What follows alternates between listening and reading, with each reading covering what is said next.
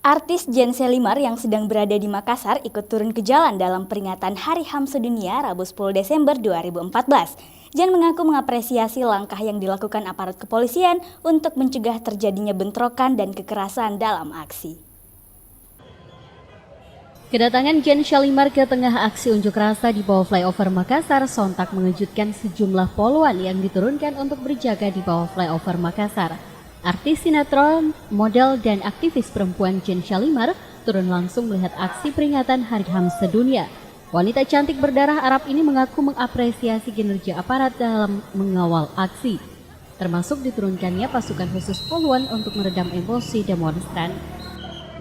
Sebenarnya memberikan support kepada teman-teman dari kepolisian, dalam arti kata kita sebagai penegak hukum juga harus mengedepankan yang namanya perdamaian, cinta damai, menunjukkan kepada mereka yang sedang berorasi atau sedang menyampaikan visi dan misi politiknya seperti apa, supaya tidak terjadi bentrok dan masyarakat juga memiliki penilaian yang lebih nyaman terhadap kepolisian, karena selama ini kan penilaian masyarakat nggak jauh-jauh dari ya ketakutan atau polisi itu galak, citranya itu pasti selalu galak dan strength gitu. Dan mudah-mudahan dengan kedatangan aku ke sini bersama Pak Kapolda juga bisa meredam emosi mereka yang sedang berapi-api lah menyampaikan orasi mereka, dan ini juga menunjukkan bahwa demo atau segala bentuk demonstrasi bisa saja dilakukan, tapi dengan cara yang baik, dengan cara yang damai, dengan cara yang kondusif supaya